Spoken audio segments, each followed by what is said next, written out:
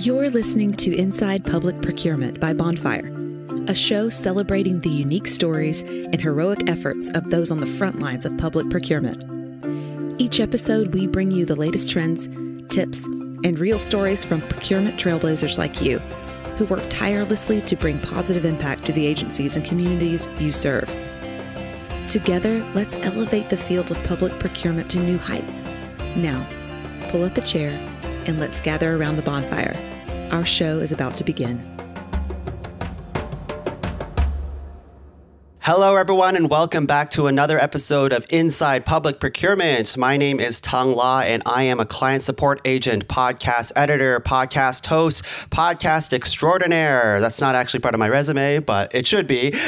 And I am part of Bonfire, an e-procurement solution used by over 500 public agencies in North America. I'm joined here today by Marla Bossons, who has worked in the finance department for the District of North Cowichan since the year 2000. She became interested in procurement because she could see the opportunity for improving processes and providing better value to her community. She has earned her SCMP designation and has her public sector procurement diploma.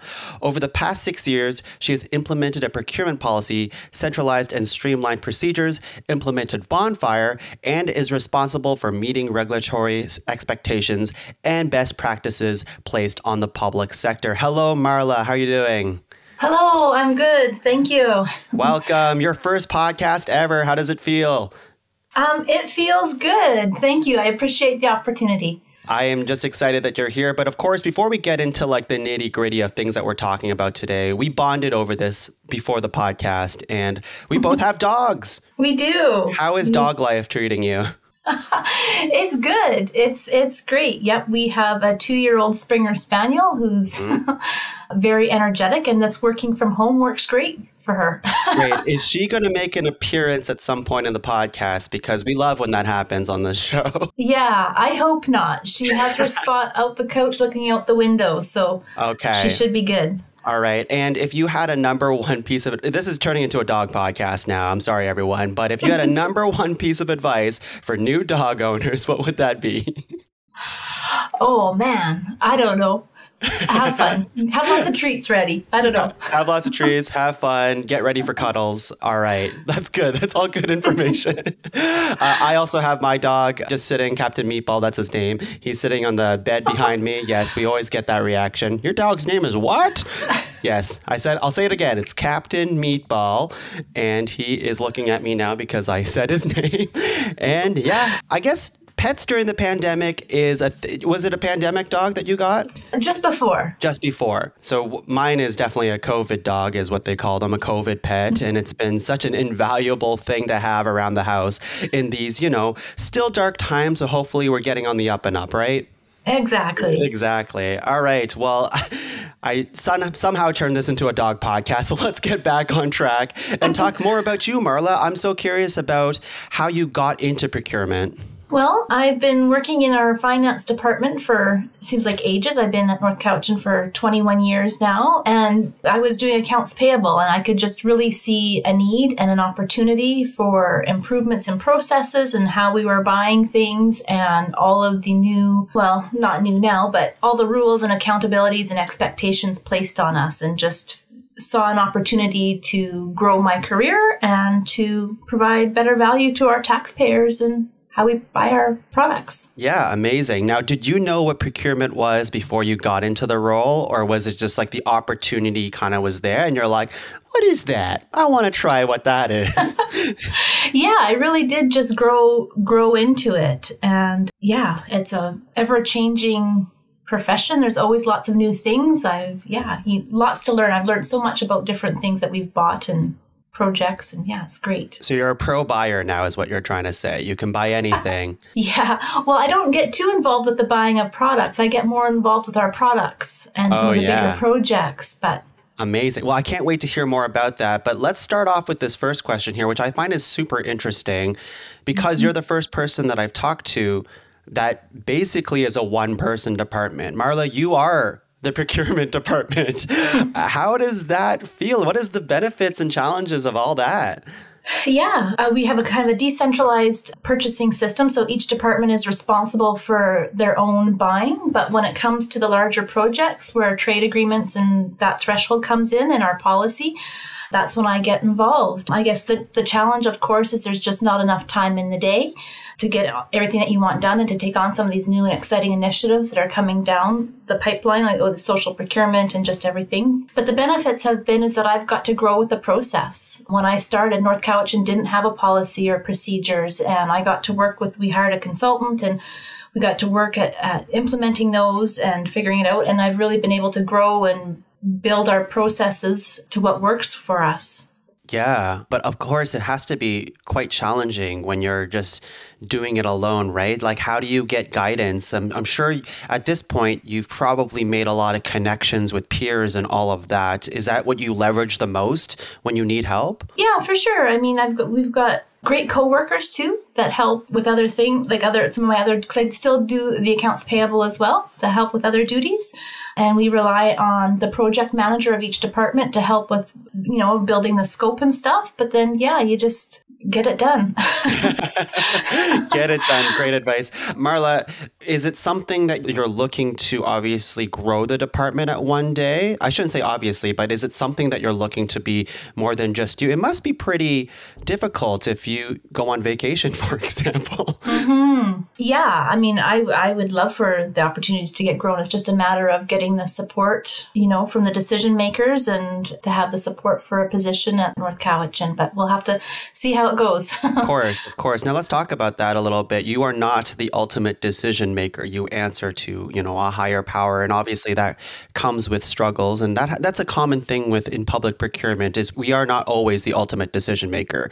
There's some rules that we have to follow. Is that particularly hard going at that alone? Yeah, I'm not a manager. I'm a coordinator. So I report to our director of finance. But besides the fact that in the end, it's not my decisions to make, I'm just trying to be a positive influencer, advocate for best practices, and to make our procurement process as easy as possible for our internal customers, for our vendors, for doing business with us. Yeah. I still think even if you're not a manager and not that end decision maker, we can still make a positive impact for our organization. Amazing. Let's talk about the best practices piece a little bit. We talked before that you're always looking for a way to constantly improve processes, just in general, but also work on those best practices. Can you expand on that a little bit? Well, yeah, I get sort of the stereotype of procurement is that we're kind of an administrative cog that slows the process down. And I really don't think it needs to be. I mean, I guess sometimes it happens, but I don't really think it needs to be. I think that we can really work on improving our processes, working with the other departments to see for meeting their needs, what works, what doesn't, and just really learning from what you've done and improving the process. And I guess that does kind of help when it's only a one-person department, that if I try something and it doesn't work, let's do it different this time, or let's try this next time. And yeah, just constantly try to make it more efficient. Right. And do you have a specific workflow to improve processes like that? Is it something that you kind of butt your head against a few times to see if one strategy works? And if you're like, maybe it's not working for me, I'm going to try this other way? Or how do you go about that? You just kind of give it a try. I mean, we're constantly kind of learning, but just from my schooling process of earning my designation, I learned a ton from that thing. Oh, let's give that a try here. Or, there's so many opportunities for professional development, and you learn ideas. And from what I found, most public procurement people are very open and willing to help and give advice. And yeah, just ask the question if you're not sure, or ask how somebody else is doing it. And yeah. That's great. Yeah, I think it's really important just in general to have people who are open to feedback and open to giving advice to people. I guess it would make your job a lot easier in a sense when people are receptive to that type of like, hey, maybe we should change this part. And if they don't give you like extreme pushback and are acceptive of that, then that must be a great way to build morale on the team and build on those processes. Yeah, for sure. Let's talk about something that I'm always curious about, because at Bonfire, we are an eProcurement platform. And we have many organizations, I think it's just the way of the future, of course, that you're moving towards eProcurement. instead of paper bids. Now, was that a challenge at your organization, or how do you feel about the move to paper bids to eProcurement? Yeah, when we started, we did the old paper bid submissions coming in. We did implement Bonfire, which was just a great process. And coming down to the time thing too, it's all about about the efficiency, and Bonfire has been great. Besides the accepting of e-bids, which like you mentioned is just the way of the future and just the way it really should be. Just like the evaluation process and setting up the criterias, it's been great. It's just given us a really compliant, efficient way of running our processes now. I would like to pick your brain a little bit because paper bids were before my time. I'd like to know what really, I've always heard it takes a long time, but you want to walk me through it a little bit? What made it take so long? And now that you're in eProcurement, what has it allowed you to do now that you have, I assume, more time to do other things? Yeah, well, the bids that would come in, sometimes you get a lot of bids submissions for a project. And if you have 8 or 10 packages and some of those big complex ones, they are thick packages with a lot of paper.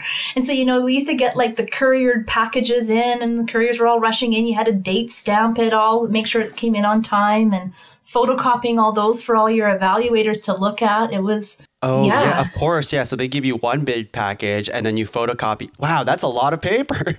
Right? Wow. Yeah, it's just been huge savings going to an e-platform. That's awesome. That's awesome. And now that you have more freedom, I guess, to not, let's just say, waste time photocopying, doing the process of handling paper bids, how does that free up your day in the way that, what can you work on now that you have that time? Well, to me, I think there's a real opportunity for procurement to be more of a strategic process than necessarily just the tactical administration end of it. So we can work with the project managers really to build our scope better, to build our evaluation criteria, having the consensus meetings at the end with the evaluations. It's just a way more streamlined, effective way to run a procurement. Mm-hmm. It's more efficient, if you will. Absolutely. Let's talk about it. Accountability versus efficiency. You like that segue? Marla knows the questions coming up right now. But I do want to talk about this because you are passionate about this topic. Accountability versus efficiency. Do you want to expand on that a little bit? Yeah, well, it's just all about balance, and especially in a one-person department that doesn't have a lot of capacity, that's what it's all about. Because in the end, we are accountable to the public. We do have regulatory, trade agreements that we have to be accountable to our policies, to our mayor and council, to our taxpayers. But we also need to be efficient, and it needs to be right-sized for your organization. And so I just think, the balance of accountability and efficiency of running fair, open, transparent processes and providing that best value to our community. In terms of accountability, how do you, of course, there are rules, of course, that you have to follow to become accountable, but how do you approach that to show yourself as accountable, as show yourself as transparent? Yeah, well, Bonfire sure helps with that as well. All of our projects are out there posted publicly. We post the results of every procurement that we do, who it's awarded to, the values. We offer debriefs to unsuccessful bidders. Oh, I'd like to expand on that a little bit, the debriefs. How do you go about that? So a bidder who's unsuccessful, what is the process of reaching out, and what type of guidance do you give to those who are unsuccessful? Yeah, I guess the goal of the debrief is for them to learn information to improve their bids for next time, to give them better opportunities. Many people have over the phone or in-person debriefs. We've switched to doing written debriefs.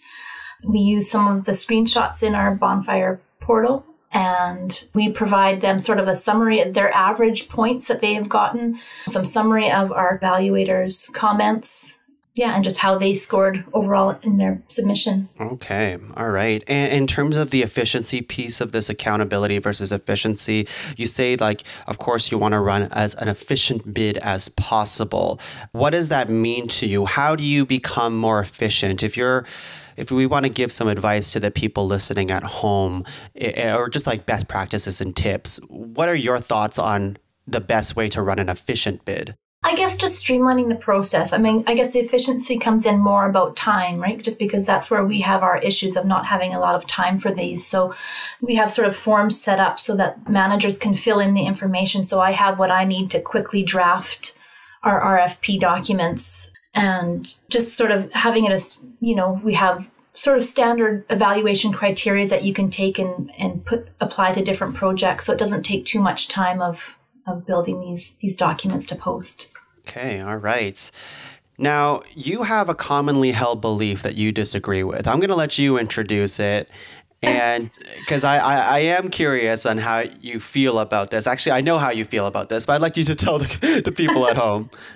Yeah, well, when I heard your question of if there's a common belief that I don't agree with, one is doing things the way they've always been done. I've never been an advocate for that. I like to change things up and to change processes, and that's one thing that no matter what job I've been doing, I love to just to try to make efficiencies and make improvements. And I guess that kind of ties into my belief of just constantly trying to improve things. And so while you have to respect and understand the processes and why they've been done certain ways and take that from it, but I still think that there's lots of opportunity for changing, and procurement in the public sector is always a constantly changing thing, and we're always evolving and adding new things for best practices. And I think if you're stuck doing it the way you've always been done it, you're missing out on some of these new opportunities of really kind of keeping up with the best practices in the industry. Right. So how do you introduce something new to people who are stuck doing the way things have always been done, I guess? Like, you come into things and you're like, hey, I'm Marla, I want to change this. And what if they say, let's say, I'm not sure, Marla, how do you go about that conversation? Yeah. Well, sometimes I guess it depends on how big or how small the change is. Sometimes if it's a small one, and, I am just the one-person department, I can just make those small changes of how I'm doing something. But, if it's a bigger thing where I'm going to have to go and speak with my manager, then I've got to give buy-in and I've got to show them the benefits and who else it would impact and what the value would be for making those changes and the time that it would take. And right. Yeah, fingers crossed I get some buy-in. You do your homework before you present it to the bosses, I guess. Exactly. Right. And in terms of do you do continued learning as well? Like, are you going out and taking, let's say, workshops or seminars or going to summits, for example, so that you're constantly evolving, just like the procurement occupation? Because you're saying that you're always looking to improve and move the needle forward. So does that involve this idea of continued learning? Absolutely. There's tons of opportunity for procurement learning. I have my supply chain management professional designation, and part of that is professional development time that you have to take as well to maintain that. So yeah, I'm always looking for opportunities to learn and see what's changing out there. I'm pretty new to the designation stuff when it comes to procurement, but I've heard there's many out there. There's tons of different acronyms you can put on your resume. And Marla, what is the next designation you're gunning for here? Oh, I don't know. I think world's your oyster. You can do anything you want. Right? Okay, well, I'll get back to you on that. Maybe you'll have I don't know. Is there one course that, you just get all of them at once?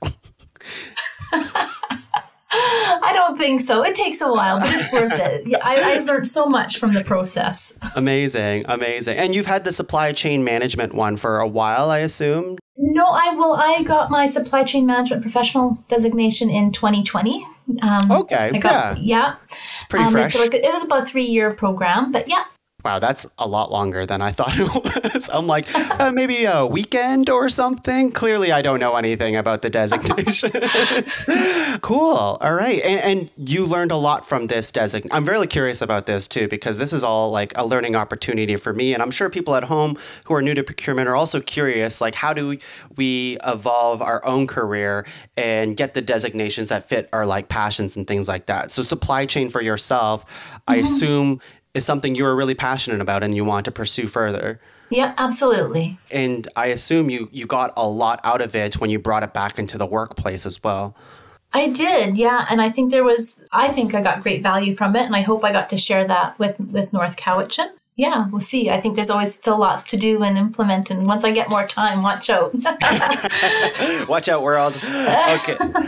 Okay, the last thing, maybe it bleeds into this idea of specializations and designations and all of that stuff. But I think when we work with our colleagues, we don't exactly know, because like everybody comes from everywhere, right? Mm-hmm. And when they get hired into a workplace, they get hired for a very specific role. Maybe they were asked this into the interview process, and then it's forgotten. And the idea that everybody has a special skill set. And for the question, what is a resource or tool or channel people aren't using correctly or to its fullest? And your answer was that you think that organizations might not be using their own people, the people that they work with, because they might be having special skills that we're not leveraging. Absolutely. And maybe that's because that's my perception from not being a manager, and kind of there's so many people out there who sort of have gone and learnt new skills or have seen opportunities, so they've taken courses or whatever it may be, that I don't think managers are necessarily utilizing their skills or their expertise the way that they could be. Because I think a lot of us have great ideas, and like how you asked, how do you bring that idea forward? Well, you know what, sometimes we don't get the buy-in from our managers, but we still have lots of great ideas that could really benefit our organizations or our processes to make them more efficient. Right. So how do we find a way to surface the skills of our colleagues to management, to make them aware that like, whoa, Marla has this awesome designation. How do we utilize that? Maybe you don't work as an example because they already use you to the fullest, I feel, being a one-person department. But let's just say me. Like if I had a specialty in a specific aspect in procurement, but I'm not telling anyone because nobody asked, like how do we surface that? Yeah, I don't know. It's a tough one. And I think, because some of my ideas that I would really love to implement haven't gone anywhere, but, I just try to stay positive. I keep bringing it up and still just kind of keep researching and finding the benefits and trying to pitch it to those who could make the decisions on them. But yeah, just keep trying. Keep trying. And I guess it might come down to if we really want to get to know our colleagues on a professional level, then we should be asking these questions of like, where do you want to go in the future? Where is your career head going? And what skill sets do you currently have that you want to work on? And maybe with those types of conversations, that it would make everybody more aware of what the team has to offer as a whole. Yeah, absolutely. Yeah. All right. Well, Marla, before we end today, I want to ask you, what is, at the beginning of the call, I asked you what was your number one piece of advice for new dog owners. Now, we're not going to ask you that again. We're going to ask you, what is your number one piece of advice for people starting their career in public procurement? Well, I think we kind of touched on it, but I really think that people should apply that constantly improving process to themselves as well. Really trying to continue to grow and learn as a procurement professional, to be a positive influencer, whether you're a decision maker or not. And yeah. Amazing. I love that you're so positive all the time, Marla. This is great. How do we get to become as positive as you, Marla? What do you do? Like yoga or eat healthy? How do I be bubbly like yourself? Oh, I don't know. We have to go play with Captain Meatball. That's true. Okay, I'll do that. I'll wake him up after this podcast and we'll go frolic a little bit. Marla, this was such a lovely conversation. I hope you had fun on this podcast episode here today. Now, for the people who want to connect with you, how do they get in touch? Mm-hmm. I am on LinkedIn. I'm sort of a self-proclaimed procurement nerd, happy to talk procurement anytime. So yeah, reach out to me if you want to chat procurement. I'm happy to do so. Amazing. Well, thank you so much again, Marla, for joining me here today. And for everyone else, we'll see you on another episode of Inside Public Procurement. Procurement professionals like you are the lifeblood of public sector organizations, dedicated not only to supporting your agency, but the constituents you serve. That's why we've created the Inside Public Procurement podcast here at Bonfire, a unique place where you can share stories and discuss the topics that matter to public procurement pros. From digitization and the future of public procurement to ensuring a fair and transparent process, we're all about finding new strategies to help your agency succeed. Join us at gobonfire.com to learn more. You've been listening to Inside Public Procurement by Bonfire. If you like what you've heard, make sure to subscribe so you never miss an episode. And if you have an idea for an episode or want to come on as a guest, email us at hello@gobonfire.com. Thanks for tuning in. We'll see you next time.